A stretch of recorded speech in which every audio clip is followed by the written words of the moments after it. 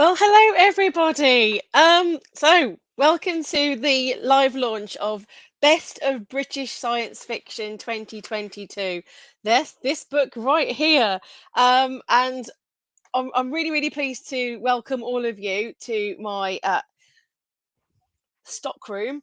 Yeah, there are books everywhere. I'm hugely into books, so I wish I was a little bit more organized. It's true. There are teetering piles of things. Not all of them are to be read. Quite a lot of them are things that I've had out for research for things that I've been working on recently. So I'm in a bit of a reorganizing shuffle. But anyway, thank you so much for joining me. Right, so I'm going to be bringing on some guests soon to talk about their contributions to Best of British Science Fiction 2022, and that would be fantastic. In the meantime, if you do have any comments, any questions, then feel free to pop them into the chat. I like to see Liam Hogan there saying gotta love a teetering pile. Yeah, it's a book for lunch in waiting. That's a thing. They call it a sundoku. Yeah, uh, could be quite dangerous. But anyway, there's a lot to discuss today. So hello everybody who's saying hello in the chat. If you do want to say hello in the chat, you need to go to YouTube to leave a comment. That's because even though I've done StreamYard before, I haven't got a professional subscription. This is just the amateur with the duck in the corner, that corner. So anyway, I'm waffling. Right, I'm going to bring on my guests. So I've got some very special guests to bring you. All of them are featuring in this year's Best of British Science Fiction 2022. Some of them not for the first time, because this is, of course, the 7th book in the series from New Press, edited by me. So I'm going to bring them all on now. So I'm going to welcome, first of all, Stephen Oram, Robert Bagnall, Vaughan Stanger, Syrups, Alice Dryden, and shuffling down here, I've got Val Nolan. Hello, everybody. Hi. Hi. Hi, how are we all? Very good. Yeah, I think we're doing okay. Yeah. Yep. That's good. So I did say to everybody, as this is a book launch, normally book launches, they're at a convention. We've got like a big pile of red and white wine. You might have me sort of like pouring them out for you and them disappearing out of my hand, snatched out of my hand by very thirsty authors and audience members. And I thought I'd make it a bit, upgrade it a bit. So I've said cheese and wine launch, but I don't know how posh we've all gone. Let me see. I've got some banners here. It's cheese and wine time. There we go. Wine and cheese time. It's wine and cheese time. So I will share what I have brought for the launch. Okay, I have got some Stilton and some cheddar with some Northampton chutney. And my wine of choice, which I haven't tried yet, is Gary Barlow. It looks like you have tried it. Right, now I've poured some out. Now there's a glass gone to my husband in the bath. Is that poured into the bath? Wine, but he's had some in the bath as well while because he's not watching it. He might be watching us. I don't know. It's gone quiet. I'll give it a go anyway. It did smell quite oaky. I don't feel Oaky should bring out a wine, shouldn't he? That's If he a good hasn't, idea. if he hasn't, he should do a nice Oaky red. It's quite nice. It's quite nice. I normally drink a 19 Crimes, so I'm that sophisticated. Anyway, what have we all got there? Who else has got wine? I was like, am I the only lush? I've got some port. So somebody bought me some port a couple of days ago. So I thought that felt quite cheap. I haven't got any cheese, but it felt like the sort of thing you'd have with cheese. Oh, definitely. I had some cheese, but I couldn't wait. That's my excuse. I'm empty-handed because I haven't had my dinner yet, so I thought it might be a bad idea. But I'm having a massive gin and tonic as soon as this is over. Okay, I've got a beer. I've got a beer, and the label tells me two things. One is that it's the god of beers, and the other is that it was best before January 2022. And complementing it with some Little Stilton best before the 7th of July. Oh, I think Excellent. So if you keen over, with yellow sticker as well. See, you like to live dangerously. Indian craft lager brewed in Herefordshire. What's Oh. 60p a bottle? What's not to like? Very nice. And gods are immortal, so that best before label means nothing. Yes. Val, do you have any? I have a very, very sort of Have pale one. wine called Oh, water, I'm nice. afraid. But, Yeah. tonight. I feel super boring now. I'm just drinking a mug of tea. Yes, We have Nasa tea. tea. We have tea as well. There we go. In a Yeah, great I feel pain better mug. now. Thank you. Yeah. where are you, so- Val? Though you sound like you might be. I know you're in Britain. Of course, you're in Britain. It's the best of British. That was a really Yes. stupid comment. No, Is it's he not. out It's, there's Irishness here, so that's what's going on with that. So that is a very good point, Stephen. So, best of British science fiction does in fact celebrate the best of British science fiction, but because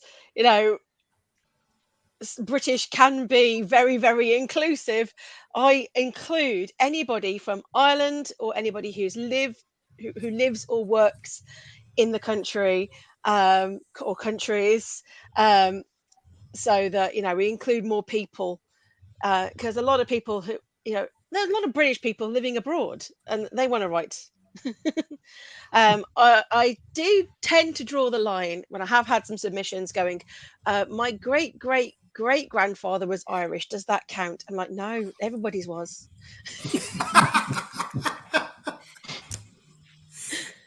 So yeah, let me see. Do we have any more comments coming in? There's lots of comments. Oh, NASA mug, says Liam. Yes, Yes. we do like the NASA mug. Yes. Whoa, hide it again. This is very, very sensitive. I've got a new computer, so the keypad is very.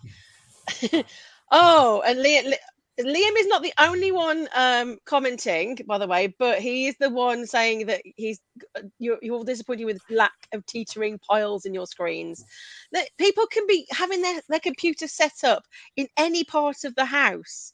They're teetering. We are authors. Our teetering piles are everywhere. Do you think they're just here? No, they are not. Look. Val's got loads. Books are for writing, not reading. Keep them off screen.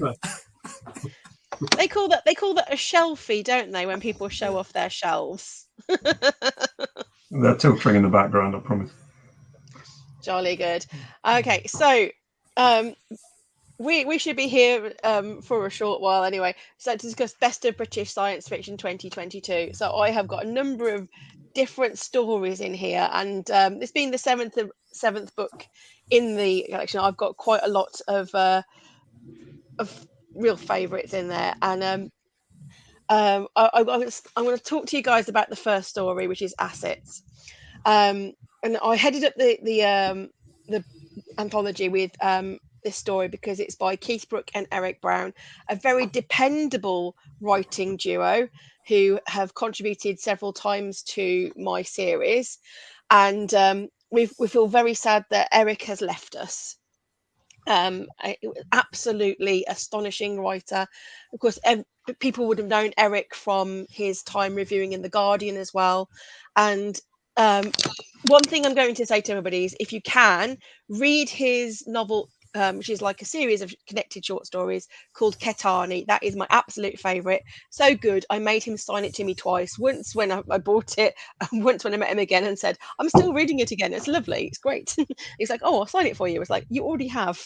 I'll sign it again. But yeah, he was fond of a good curry, great company. And so that's one of the reasons why I headed up the anthology with that story was not only because it is a fantastic and stonkingly good story, but I did it to honor Eric. And then who is next from here? We coming down the list, we have The Marshals of Mars by Tim Major, which is another story I loved from the very first moment I read it in Interstone Digital. The Memory Spider by Fiona Moore, which looks at AI in a very different way, because there's a lot of AI stories around. I don't know if you've noticed this zeitgeist. It's coming more to the fore this year. I can tell you that I'm expecting a deluge of AI next year. Junk Hounds by Lavi Tidar. Always sounds like a celebration. Lavi Tidar. And then a moment of Zugzwang. Shout out to Neil Williamson, who has today been nominated in the shortlist for the British Fantasy Awards for this very story. So you could read it in here. And then next on the list is one Stephen Oram. Long live the strawberries of Finsbury Park. Stephen, tell us about your story. Okay, so the title's a little bit of a giveaway in some ways. So it came from a project actually that I was doing with Furtherfield, which is a sort of arts and tech organisation based in Finsbury Park, and it was the 150th year of Finsbury Park, and there was lots of celebrations, and they wanted to do, I think they call it citizen sci-fi. So they wanted to do what might the future of Finsbury Park look like. So we got together for a day, I ran a workshop with some kind of scientists and kind of future tech people. We had architects, smart cities, urban mental health people, but we also, which was really key, we had residents of the park as well in the same workshop. And we spent a day thinking about the future. The residents took us to their favourite spots. It was all very kind of equal. And then at the end of the day, everybody kind of came up with a little bit of a scenario for the future. And then my job was to take that and turn it into this story, Long Live the Strawberries of Finsbury Park. And I mean, the things that were really important that came out from me for that day, which hopefully come through in the story, well, there was something about migrants and Finsbury Park being very, very welcoming to everybody. That was a future that they particularly wanted. And I took it a bit further, and you know, who's going to look after the failed human experiments if we start enhancing ourselves and it goes wrong? Who's going to look after the animals or the humans when that goes? And the other thing that came through was about, let's not forget that migrants, particularly in the future, and this has already been said by people in Bangladesh, is that they will know more than we will about how to live in a climate ravaged world. So their skills will be more important than ours. So they become very sought after people. So I wanted to bring that through.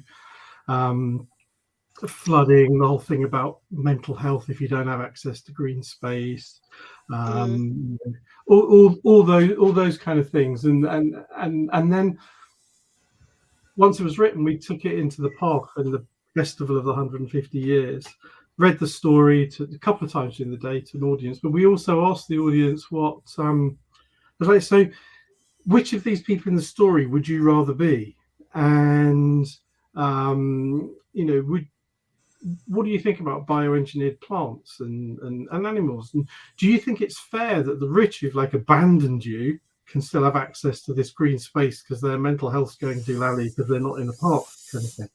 And it was really interesting. We had conversations around it, and people were changing their minds as they were hearing the story or they were hearing other people talk. So for me, that was kind of really, really important.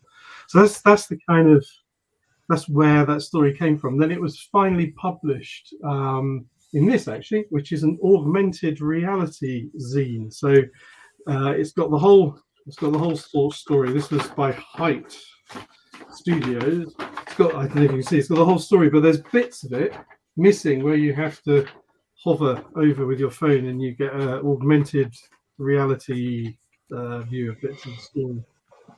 That's where the story came. I presume, I can't remember, I presume somebody mentioned strawberries in some context during that day's workshop, but I can't for the life of me remember what was said about them. Oh, maybe the strawberries are dead? I don't know, because they're really key to the story. And hence, or maybe it was, can we keep them alive?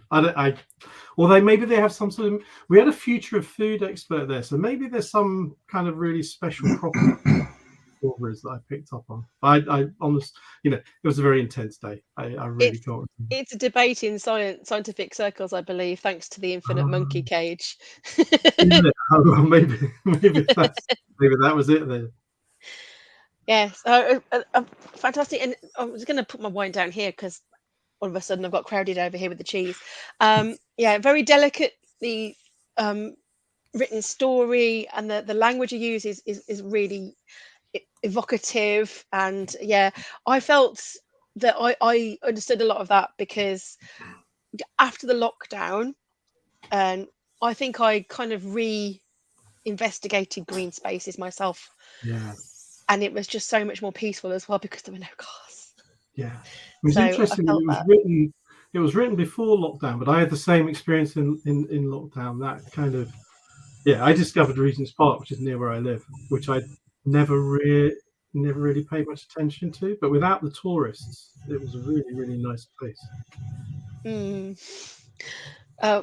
So I'll just bring in some of the comments. So yeah, Philip Irving says a lot of AI anthology calls at the moment, which he then clarifies AI theme stories, not AI generated calls. Face palm.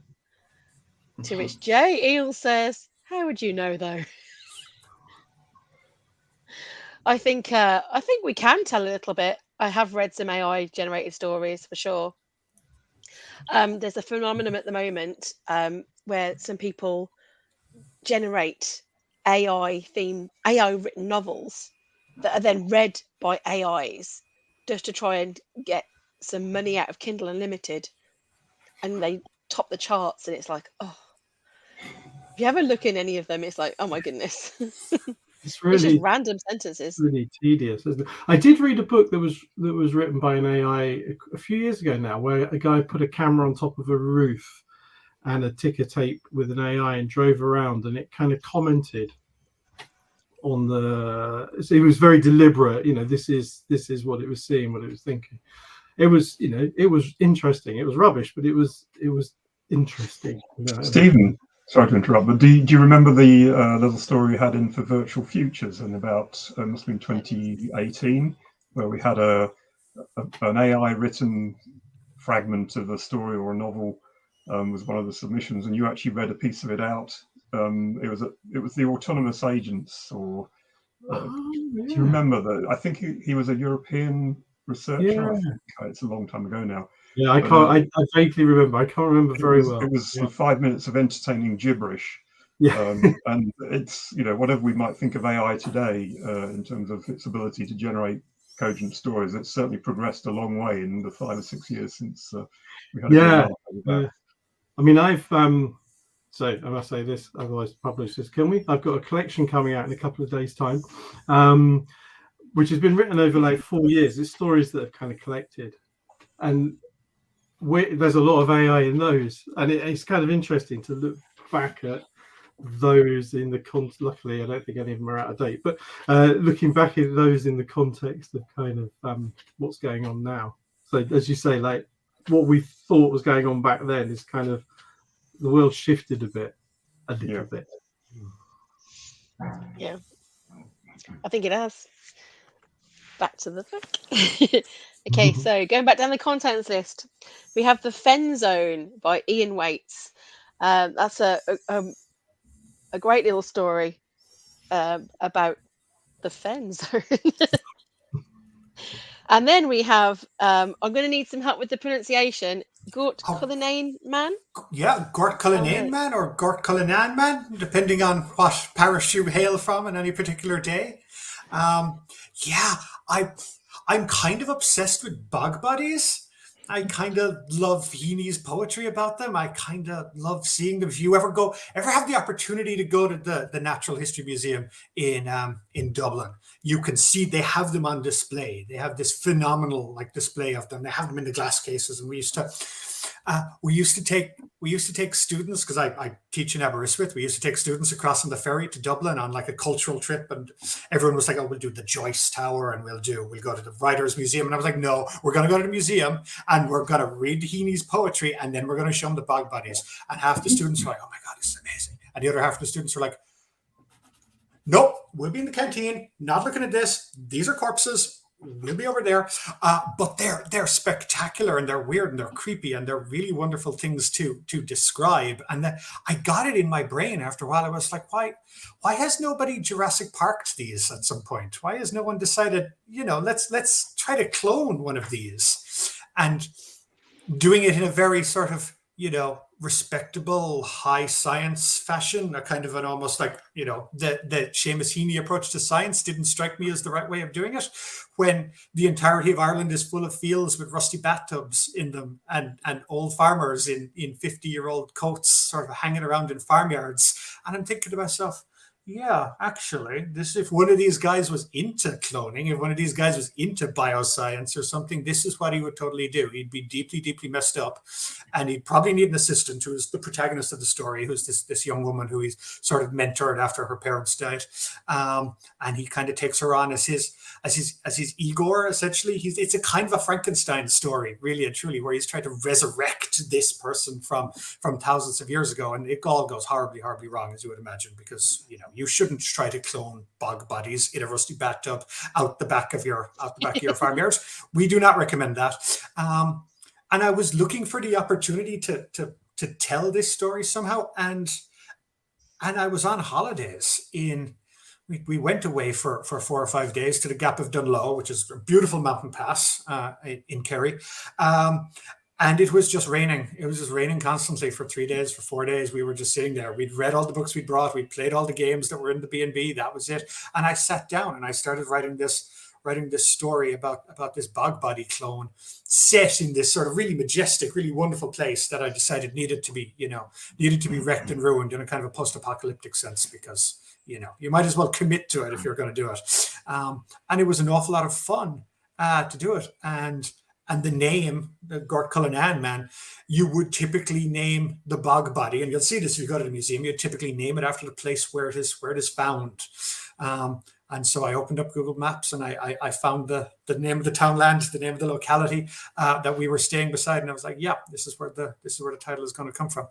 And it was just really fun and interesting to do it, and to be able to, there's a real pleasure in being able to look out your window and get the description of the landscape straight away. It's like reaching off the shelf and getting the perfect book or the perfect source. You just open the curtains and you're like, yeah, that's the mountain I'm writing about today. And it was just really, really fun, really, really more straightforward to be able to do that, actually.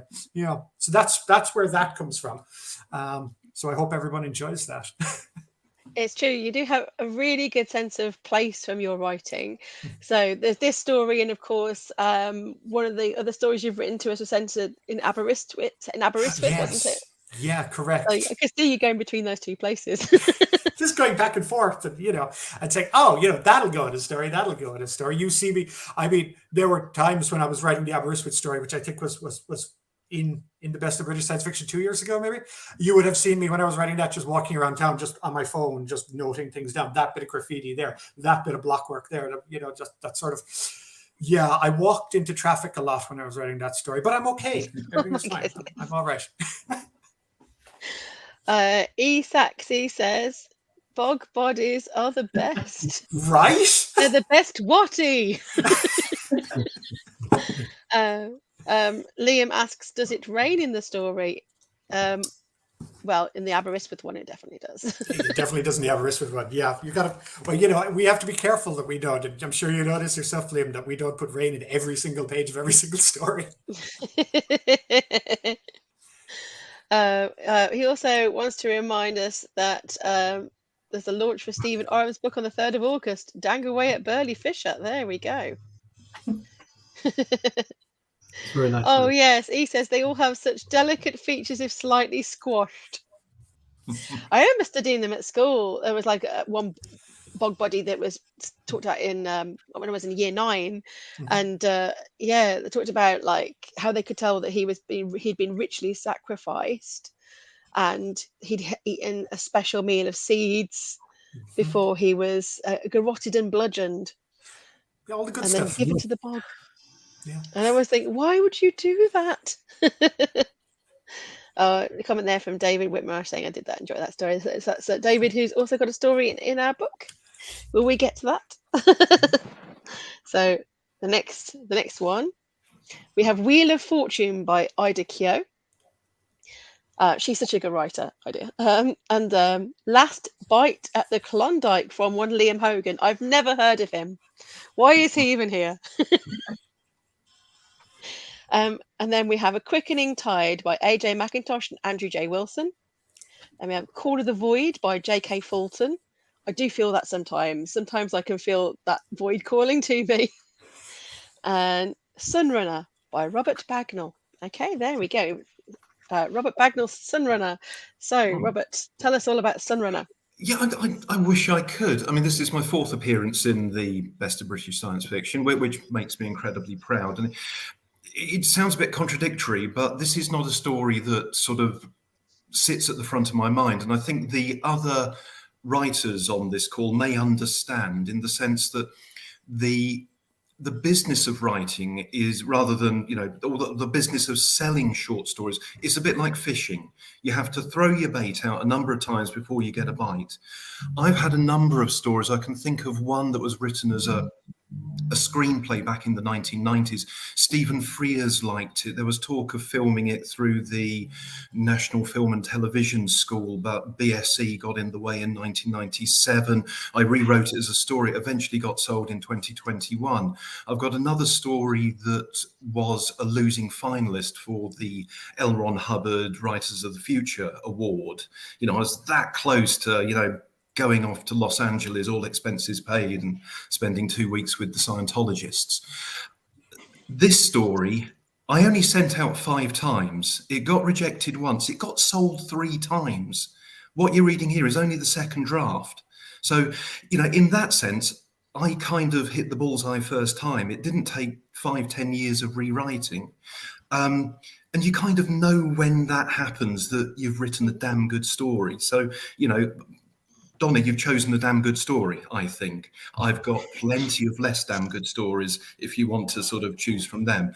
In terms of what the story is, I mean, one of the things that fascinates me is pressure on resources and how we're all going to be fighting about resources over the next however long. And I'll just throw in that I'm a prospective parliamentary candidate for the Green Party for Totnes down in Devon as well.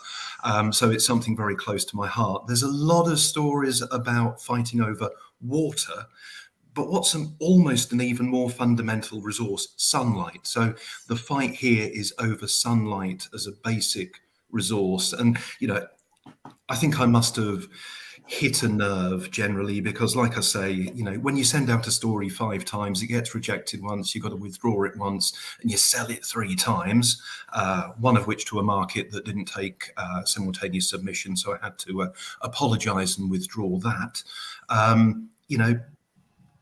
You get the idea. It's you've hit a good story, so enjoy. Thank you. I must say, you are such a prolific writer. We normally have quite a few. And then I get the little letter from you saying, I haven't sent to all of them, just a few of them. I hope this isn't too many. Yes, thank you for considering more than one submission. Absolutely. Yeah, I will say that. Now, there are some people who do send me too many. You're not one of them.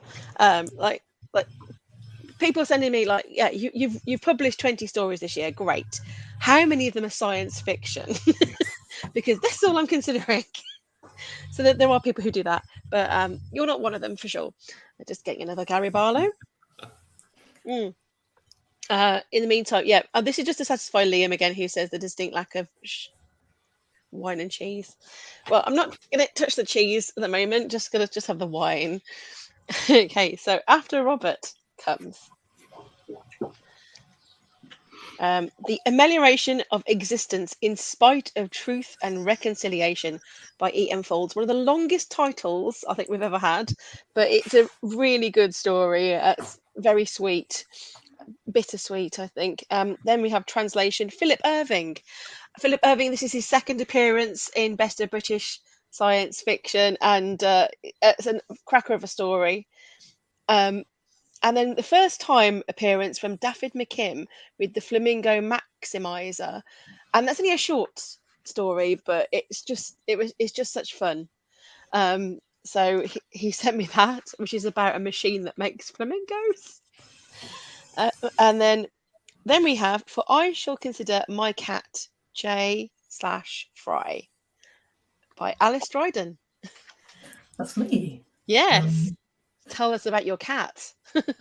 Well, so like many of my stories, the title is an incredibly laboured pun. It's from the beautiful poem by Christopher Smart about his cat Geoffrey and how all the things his cat does, like stretching and yawning and having a little sleep and chasing rats, he is actually praising God in his own way. It's called Jubilate Agno. It's a lovely poem. And centuries old, but familiar to anyone who has seen a cat. This was written for an anthology called Felis Futura, an anthology of future cats. And I was thinking of ideas while I was staying with a friend of mine who is an Anglican vicar. And I think from that, I got the idea of a monk in the future in a monastery where the work is, rather than creating beautiful, intricate, illustrated manuscripts to preserve and share writing, they're creating beautiful, intricate robots to replicate the animals that have become extinct. And these animals go to a central collection where people can come and look at them and admire them as if they were holy relics. And our monk, Father Francis, has been given the domestic cat to make, which is a humble but very interesting animal. And he has started addressing his robot cat as Fry, and he's very fond of it. And he does not really want to go and donate it to the collection, but he knows that that is his duty. I really like robots. Really, really. I read Asimov's robot stories at an impressionable age, and I love reading about and writing about robots. So yeah, I think it's certainly a very different story about robots. I do get a few of them, and I always look for something that's got a little bit of a twist to it, or something a little bit, always a little bit different, because a lot of people, I've had in the past, like whodunits with robots. They've been good. Love stories with robots. So I always like, look, what's the next thing? Because I know robots are going to be here for a while, aren't they? We are engaging with robots on the street now. They are asking us to press the button for them so they can cross the road. Apparently we have to deal with robots when we do our shopping all the time now, and we're being asked to consider maybe ditching humans at ticket offices now instead of for robots. So if they were actual robots, if they were cute, bumbling, anthropomorphic things that said, "Oh, hello, how may I serve you today?" I'd be delighted. Yeah, well, I happen to, for one of my day jobs, one of my many jobs, I work near one of the people who design those little delivery robots, and also self-driving cars. So they'll be testing them around Milton Keynes where I work. And I can remember the early days of the delivery robot, when you used to see some guy walking behind them with a notepad and a remote control, and the thing would be wobbling along and it would fall into the flower beds. And I'd be pointing and laughing, going, "Ha ha, robot, ha ha!" But they're here now, and they tried to make them cuter in Milton Keynes by giving them names. So I am Badger, so I'm a little bit affronted, but they've called one of the robots Badger, and that's the one that sits outside Costa. It says, "Hello, I'm Badger. How can I help you today?" "Get out of my way. I said, help me today." Yeah. Oh. East actually has a cat. I whoop from Philip for mentioning him. And an apology from Ian Folds for the very long title.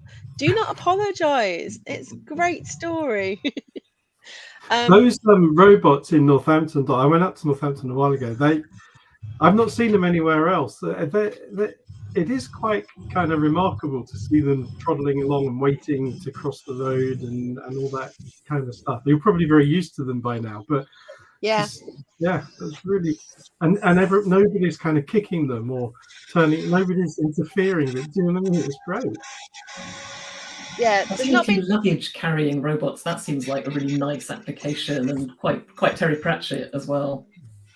there's not been too many accidents with them either. I'm pretty sure one was trying to race me the other day. I was running to try to get to Park Run. So the other day, it's clearly quite some time ago. Um, I haven't been Park Run for ages. But yeah, it was like, well, why is he trying to catch up with me? I thought these things were supposed to trundle along slowly, and I think it was like challenged. East Axis says, I love this story immensely. It's incredibly touching. It is that. Thank you. Was the robot badgering me? Yes, it was. Okay, so I think we've gone through everybody's stories here, so I'll just talk about the rest of the book. In the Weave by David Whitmarsh. David is following right now. Hi, David. Loved your story. The Eternal Soldier by L.N. Hunter. The Spread of Space and Endless Devastation by Stuart C. Baker. No, here's somebody making their first appearance in Best of British Science Fiction. Those We Leave Behind, Vaughan Stanger. Vaughan, tell us about the story. Well, there's a bit of a clue over my shoulder, actually. If you look in the background, you'll see a white bordered picture with an astronaut floating in space. It's actually a cosmonaut. It's actually Alexei Leonov, who does get a name check in my story. So I thought I'd dig that one out. It's yet to end up on a wall, but I thought I'd arrange it for this event. Most of my stories, as Stephen will know well, and Val from Milford, are usually set in the near future, and they're usually about AIs or sticking your head in a virtual reality helmet or something along those lines. So all the extremely interesting topics that have been discussed so far this evening are very, I've read all 4 of those stories, and it was like wow for each of those, and I wish I'd written it. But this one is set in the past. It's an alternate history. And it was actually prompted by going to a science museum exhibition in 2016. It was the Cosmonauts exhibition. Now, quite a few of my stories over the years have arisen from strange encounters at exhibitions at museums and art galleries and so on. And this was one where I went with my closest friend, Tony Hughes, who's actually done the artwork for my ebooks, which collect some of my older stories. And we're both big space buffs. We grew up in the age of Apollo. We are that kind of era. And this was an exhibition of old Russian Soviet, I should say, space technology. And the centerpiece was something that we'd heard about, but I at least had never seen. And that was the Soviets. It's so easy to fall into that habit, isn't it? The Soviet lunar lander. Now, and this was a manned lunar lander. It's supposed to land on the moon with one cosmonaut inside. And if you think of the American lunar module, at least it had 2 astronauts in. You had a buddy. So if you got stranded there, then at least you'd have somebody to talk to for a while. But if you can imagine landing on the surface of the moon on your own, that was what the Soviet lunar landing module was supposed to achieve. It was never used in earnest. I think it flew once in Earth orbit unmanned. And Tony basically said to me, go on then, Vaughan, write an alternate history whether it's actually used and it lands on the moon. Now, I'm not the only person to have done that. There are other stories, doubtless novels as well. So I'm not claiming vast originality. But I wanted to write a story which was a bit along the lines of what I'd written previously about American astronauts. And I call them collectively the alternate Apollos. They're not about the missions, they're about the people. And I wrote them some time ago, probably quite early on in my career, and they are out there if you wish to. Anyway, write a Russian or Soviet version of that. And so that was the sort of inspiration, was looking at this strange, spindly, tiny looking landing module and thinking, God, would they ever actually have used that? Okay, write a story. If I needed something else, my stories come together when I got 2 different things crunching into each other orthogonally. And the other idea came from a real life event on the Apollo 16 mission, which was that one of the 2 American moonwalking astronauts, Charlie Duke, left a photograph of his family on the lunar surface, which I always thought was a very touching and quite emotional thing if you think, you know, to do, as far as I know, the only astronaut to do that. So that stuck in my mind, and I kind of crunched those two different ideas, one theoretical, one actual, together, and then decided, how can I make this story really, really bleak? If you've read it, Donna at least knows what I mean. I kind of decided to go for maximum bleak. So it's an alternate history story set in the 1970s. It's as bleak as I could make it. And there's an unhappy resonance to events today. And if I keep confusing Russian and Soviet, you'll probably think either he's mad or maybe I was onto something. I don't know. Anyway, I won't spoil it anymore for those who haven't read it yet. It's quite a short story. It's not much over flash length, is it, Donna? I don't think. No, it's not very long, but yeah, it's about those we leave bijou. behind. Yeah, it's those we leave behind in one way or another, whether we're forced to or not. It's sold to as usual with my stories, I sent it to many places, and eventually it sold to a European journal called Sci-Fi Journal, Phi, PHI, as in philosophy. That's an interesting little journal. They particularly like philosophical stories. They particularly like hard science fiction, and if you can combine the two, then you've hit the money point, apparently. And I guess I did. I suppose it was about, what do you do when everything has gone totally wrong? Do you follow your training or programming, or do you strike out, or do you do something different? Where do your allegiances lie? It's sort of all of those kind of aspects, I suppose, and it's what these particular men, who are the characters, are based on real cosmonauts who might well have flown to the moon if the Soviet moon landing project hadn't been cancelled, because their big booster rocket, which is just like Elon Musk's big booster rocket, very similar design, kept blowing up on the launch pad, and in the end they cancelled the whole project. So it's a what if. It's a classic what if. I read a lot of transcripts of Soviet space missions to see what the cosmonauts said to each other. Used that to some extent, although if you put all of that into a short story, nobody will want to read it. But anyway, I hope it is interesting, and it is a what if. It never happened, and I hope what happens in the background certainly never happens. It is bleak, but it's in a very good way, and you get on so much across, given that it's just a very short story, but it feels a lot more full than the length it is, if you know what I mean. Well, thank you. Feels like a longer story. And I mean in a good way. And I'm particularly drawn to that kind of bleakness and philosophical science fiction. I really love some of the last few books of Adam Roberts. Like, flipping loved this. That was an amazing book, and of course The Thing itself. So one of them is Jungian, one of them is Kantian. I've no idea which is which, and I kind of don't care. They're good. So yeah, that was Vaughan's I debut, went to that everybody. exhibition as well, and yeah, it was brilliant. I especially loved the sort of Sputnik teapot, all the merch that it was produced in an honor amazing of. exhibition, wasn't it? I wish I'd gone 2 or 3 times rather than just the once, but as I said, I've had more than one story inspired by an exhibition, but this was I have to write this. And I actually you've got to write it as well. And mine was about the Soviet space dogs, because that is my jam. Yes, indeed. Very interesting book that is too. It's probably behind me somewhere, actually. Previously, I had a story in Best of British by Laura Moreau called "Looking for Leica," as well, which is inspired by story.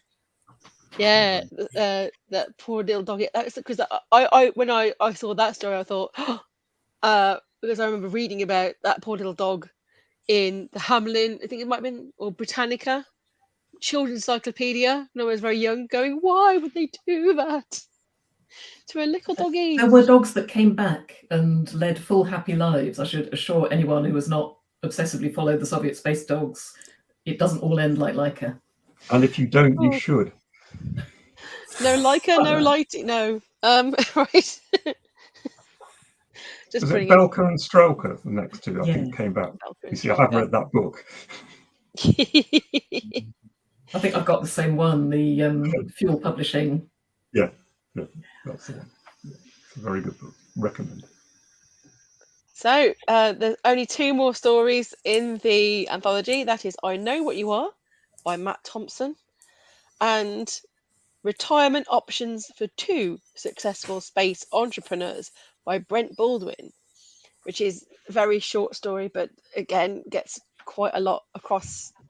Whoops. Oh, I didn't mean to press that. Sorry there. The robot wasn't a battery. Hide that. Hide. Oh, what about space cats? There was a space cat. Random. She was French. Her name was Félicette. Oh, did the space cat come back? I can't remember. Oh, I genuinely can't remember. That's not me fudging a terrible ending. I think Random she was- animals in space. Some of them come back. Some of them do not. If there's a cat, it'd find another home, surely. Yeah. Yeah. Well, it would come back because it would have 5 homes and 5 places to eat, so you would get it back eventually from time to time.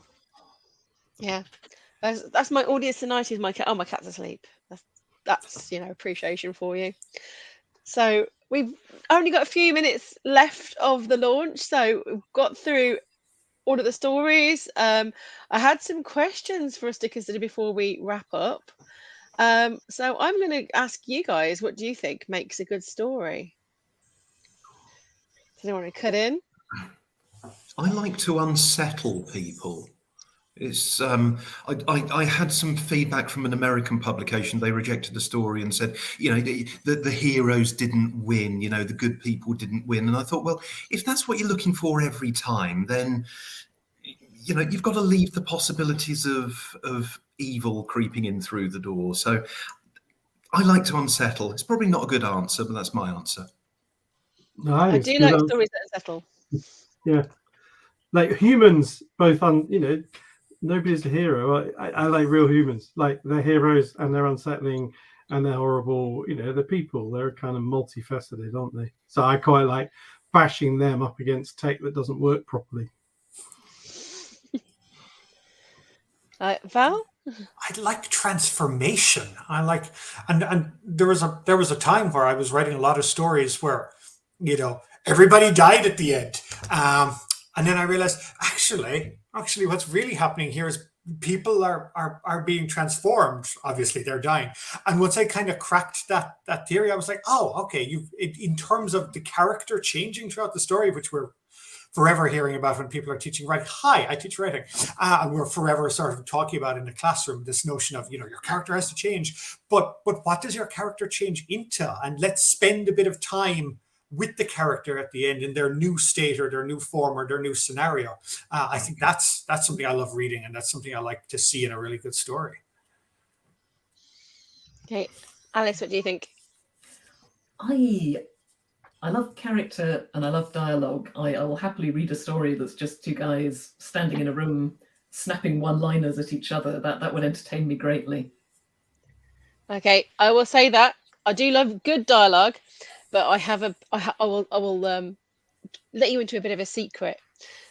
I do get a lot of stories that start with dialogue, and I'm like, a couple of one-liners, that's great.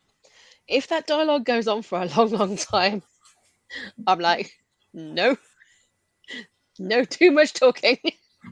So I do get prejudiced against lots and lots of dialogue. Is it too much talking or too little grounding if you don't know where they are, what's going on around them? Exactly. Yeah. Has anybody else ever written any all dialogue stories? I went through a phase of writing. These were very short, as you might imagine, but I had a few published in an American e-magazine. And they were 60. Was it 66? No, something else. Sorry, I'm confusing the two.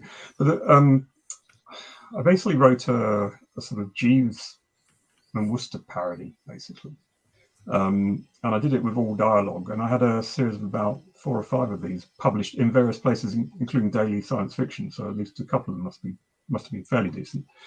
They were quite popular. People actually said to me, "Could you write some more of those?" I'd run out of inspiration quite quickly because it's not something you can batter away at forever. You're not an all dialogue novel or even novella would probably be. Do you find yourself having to explain why it is just dialogue. So two voices on the phone or two people blindfolded. Why there's the lack of anything else? Yeah, it was just a challenge I set myself. I think I think I was originally wrote the first of the stories as there was a flash science fiction contest, and it had a very low word length limit, 300 words, something like that. I think it was a New Scientist, and I kind of tried various things, and I realized I just couldn't get any world building in that kind of word length, and have a story that had a plot and the characters changed. So in the end, I just decided, well, just make sure the world building is implicit in what the characters say to each other, not in the sort of info dump in dialogue kind of way, but in a it's just inherent, it's intrinsic in what they're saying. You understand. Watch out for the gravity well, old chap. Yeah, exactly. Yeah. Please pass my gravity belt or whatever. And I found it really enjoying and quite freeing, actually. But maybe I just don't like writing description. I've kind of pushed that a little bit further. I've just written a drabble about ninjas, and real ninjas you shouldn't see. So most of the story is blank because you can't see what the ninjas are doing, and between the blanks it just comes to 100 words. So it's just a drabble. Yeah, it obviously hasn't failed. I think isn't there a John Cage album you can listen to, or is it? Yes, 4 minutes 33, I think. Yeah, you just need to play that in the background. I should think that'd be ideal. So my head just asking a question: is a Drabble named after Margaret Drabble? No, it's from the Monty Python game where 4 people sit in a row with paper and pencil, and the first one to complete a novel wins. And it's called Drabbles. I should have known that. Well, I was thinking it was The Page by Margaret Drabble. Very, very short story. I thought, oh, maybe that's where it's from. Maybe that's where they got it from. You never know. Could be. Yeah, I think I like to be forewarned sometimes if it's going to be a different kind of story, a story structured in a different way. I've got a friend called Alistair Furish, and he has written a novel called The Sentence, or a novella called The Sentence.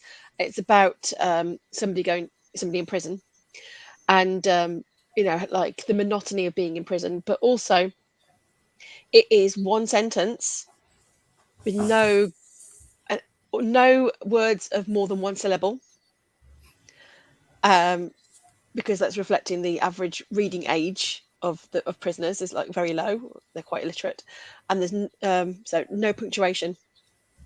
So it's just all one sentence. It's quite a challenge to make it into an understandable flow, and you can go and see it being performed sometimes as well. And it takes quite a while to listen to it being performed. So there's like readers on stage, and what they do is if anyone needs to leave to go to the loo, there's like volunteer readers who follow the person out and read to them so they can keep up. Sounds like stalking to me. But very entertaining. When you read it, Donna, did you find that you were like putting your own punctuation in as you were going along? No. After a while, you get used to it. Yeah, it just works. A long time ago, there was an issue of fantasy and science fiction where there was no punctuation anywhere. I seem to remember. And it's fun, but there was spacing. There was spacing, but there wasn't punctuation. So you could work out from the spacing roughly where the full stop should be, at least. So you could after a while you found you could read the stories quite well, and it became less and less invasive, if you like, that there was no punctuation. It becomes almost your own puzzle you can do as you go along. Exactly, yeah. Initially, you're doing all puzzling and very little reading, but as you persevere, it becomes much more reading and much less puzzling. And I don't know whether that says anything about the redundancy of punctuation. I'm addicted to it, and most editors have to actually cross mine out a lot before it's ready for putting to the public. But that was taking it to extremes. I wasn't in fantasy and science fiction, so it wasn't my story. I would say as well, I edited Alan Moore's Jerusalem. Yeah, there's a few chapters in there that don't fit the norms of your conventional prose. So there are some that are written in iambic pentameter, some that are written as prose but in iambic pentameter, with the end of the paragraph being a rhyming couplet. You've got Joycean language, Lucy lips, and all of that. You've got loads of stuff going on in there. There's like every single well, not every single chapter, but most chapters have something a bit different about them. But after a while, it's like, oh yeah, this is what we're doing in this one. They're all different, and it's roughly in about 3 sections as well, so you can read it in 3 goes. But yeah, Jerusalem. It's been on my shelf for a long time. I really must get around to. You're really selling it to me, actually. I must get around to reading it. Just brace yourself to chapter 10. That's all I'm going to say. Brace yourself for chapter 10. But yeah, that first bit is a lovely adventure story. Well, there's a ghost story. Then there's an adventure story with the kids who are ghosts. And then there's like the resolution, the futuristic end of it. So it's good. It's really good. Talk about future is my next question. Is the future a good place? What do we think? Stephen nodding enthusiastically. Well, you've got to believe it is, haven't you? Otherwise, it's like it's up to us. Well, in a very serious tone now. It's up to us to make it a good place. It's our responsibility, I think. And whether we're writing stuff that warns people away from a bad place or writing stuff that inspires people to a good place, we're part of making that a good place. And that. So yes, it is. Absolutely, it will be. Do you think there's a risk that science fiction possibly convinces people that there'll be technological solutions out of all of our problems because we can write about them, when in fact it won't be that easy? Absolutely, yeah. And I think it scares people about the wrong things, and does. I think it's got a lot to answer for. I was at this robotic showcase talking the other week, and they were kind of touching on this, and why is sci-fi portraying all these kind of these things that aren't actually real or true or and all the rest of it. So yeah, I think personally, and I'll shut up in a minute, it's a bit of a hobby horse, I think we really, really have a responsibility, A, to get it right, B, to be kind of a bit more messy than the kind of tech utopian stuff, or the complete and utter everything's going to be an apocalypse, we should give up now. So yeah, that's where I like it, in a kind of slightly cynical optimist. Yeah, I mean, I see GMO as being a real opportunity for increasing crop yields, what have you. It's like what we've been doing for centuries with crossbreeding and whatever, but with the blindfold off and the boxing gloves off. But I know people are scared of it, and I mentioned I'm a member of the Green Party. That it's a Green Party policy not to go down the GMO route. I think it's a little bit driven by fears that aren't there, and fears that science fiction is slightly guilty of getting lighting the blue touch paper. I'm sorry to say. Because it makes a good story. Yeah, absolutely. Yeah. It's quite challenging otherwise. I mean, there's lots of calls for utopian science fiction stories. I know there was a mention earlier on in the chat that there's lots of calls for AI. I don't really know how to write a utopian story because everyone's nice to each other and it all turns out well in the end. And oh, right. I've been really enjoying, so as Val would say, the transformation. I've been really enjoying writing stuff, hopefully, where you kind of get an idea of where they're heading or where they want to head, the utopia-ish. But like the kind of challenge to get there is where the story sits. Yeah, but the challenge to get there, and the challenges that different people see as problematic in the utopian thing, because everyone, as you quite rightly say, we're all really happy in utopia. Everything is wonderful, but my version of everything is wonderful is slightly different from your version of everything is wonderful. Maybe I want to grow the GMO crop in that field, and maybe you're like, oh no, that's really bad. That you'll still get conflict. Yeah. You'll still get people fighting over bitter, nasty, horrible little things that they decide, I'm going to die on this particular hill in my utopia, and you're going to die on that one, and you'll find the conflict that way. I think we, in our utopian story, I was thinking about this lately. I wrote thing for our Spectric for Newbies book that myself and Tiffany Angus have put out. There's a section in it about writing utopias, and one of the things that we look at in that is how do you find the conflict? You'll still have people who are, oh, I'm in love with you, but you're in love with someone else. You'll still have people who they didn't get accepted to that school, or they didn't get accepted into that job. You'll still find character-based problems, and sometimes utopia focuses a little bit too much on the world building rather than on the individuals. What I'd like is a dootopia, place where things get done. Oh, Love it. I think I've bounced that one off Stephen before, but yeah, I don't believe in utopia, and I certainly don't want a dystopia. So let's have a dootopia. And in the end, it falls down to people. Aiming to end at a dontopia. Is that? Yeah, that's true. We've like basically done an hour now, so I thought what I'll do is I will bring you some of the comments you've had regarding the last bit of the conversation we had about unusual stories. So Liam Hogan says Black Hair Press call out wanted at least 95% dialogue. He went for 100%. Then Gary Cousins mentions stories with no dialogue at all, like Ted Chiang's Hell is the absence of God.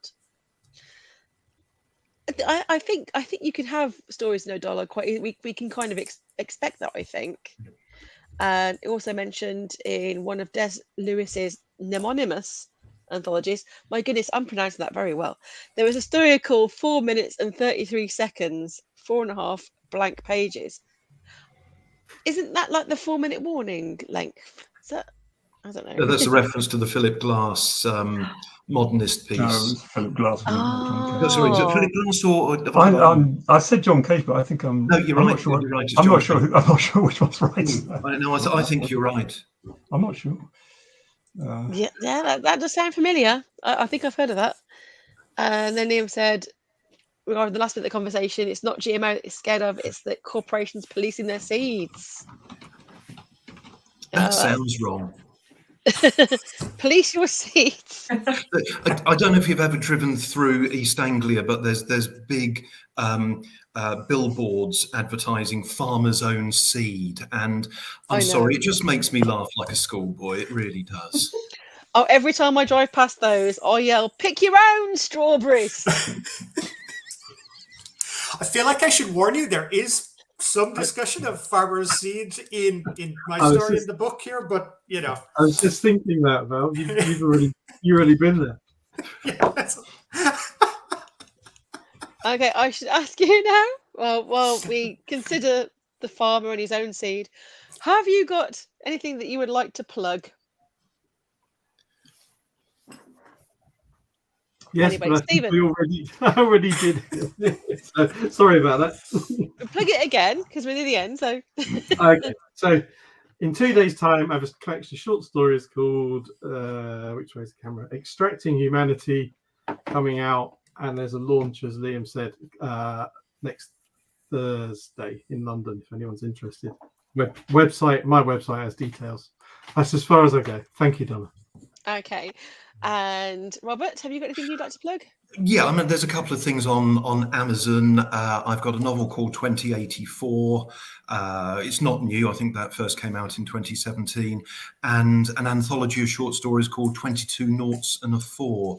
I seem to title everything with numbers in it, but I think the next one won't be. But, find those on Amazon. And if you like my stuff, there's more of it there. This one hasn't got a number in it. Fine. No, it hasn't, no. Well, let me just take this banner down because we've finished this banner. Val. I mentioned it there a couple of minutes ago. Tiffany Angus, the fantasy novelist, and myself, we have a book out called Specfic for Newbies for anyone who wants to learn how to write science fiction, fantasy, and horror. And that's out from Lunar Press at the moment. We launched it at EasterCon. It seemed to go down very well. People like it. It's based on our combined 20 years of teaching science fiction, fantasy, and horror in university classrooms. And it's the next best thing to being in the classroom with us. We've even got all the bad jokes. Alice. Not really, but follow me on Twitter. I've just changed my name to my Twitter handle. We can live out the last days of this dying platform together. Oh yeah, whatever it's called these days. Join me Thanks, on Mark Scott. X. I know. I've basically done that, and I thought, how can I express this in letters? So, YT, that's here. TX, that's Twitter. FB, that's me. I do comedy as well, which is why those are called comedy. Yeah, Vaughan. I've got various ebooks and a few print-on-demands on Amazon and Smashwords and other such places. They're compilations of previously published stories. Moondust Memories might be a good place to start. That's got about 10 stories from the first 10 years of my illustrious career. Anyway, if you like, or if you want to try a single one, try something like The English Dead. That's a mountaineering story, science fiction, but mountaineering. And if you like that one, read some more, I guess. But, they're all inexpensive. Awesome. Thank you so much. I'll put the ticker across the screen now. So yeah, this is what I'm plugging. It's what we're all plugging. It is Best of British Science Fiction 2022. There will be a hardback edition, but I'm going to sign it round Ian Waits's next week. Yes. So they're almost ready. They'll go out to you. But you've got that lovely new book smell, and that's the book. So I've got a little blog post there, which is bestofbritishsciencefiction.co.uk, and you can buy these books from the Behemoth site, but why not go direct to Ian's site, which is newcompress.co.uk, and buy the book there. Support the small presses. So Absolutely. it just leaves me to thank my guests. Thank you very much, Stephen Oram, Robert Bagnall, Val Nolan, Alice Dryden, and Vaughan Stanger for joining me tonight. And this was the launch of Best of British Science Fiction. This is Gary Barlow, and I'm going to finish him. Thank you, everybody. Bye. Bye-bye. Bye bye. Bye-bye.